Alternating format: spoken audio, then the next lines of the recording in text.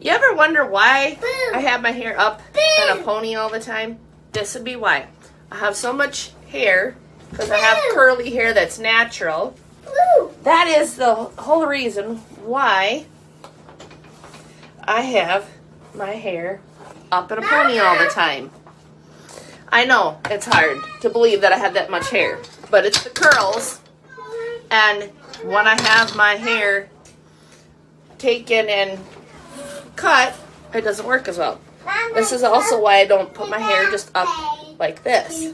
You see all the hair? And so when I get my hair combed, or cut I should say, I've thinned out my hair and all it does is poof it out more. So this is the whole reason why, you see, I keep my hair up all the time in a pony. It's kind of like the kids. If you take care of them, you manage them now while they're young, it makes life so much easier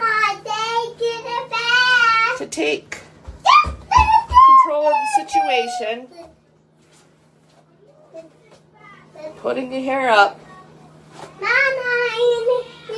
just so you can take and have control of the situation so it's not all over the place. Kind of like our life. When we take control of it, we make decisions that improve ourselves.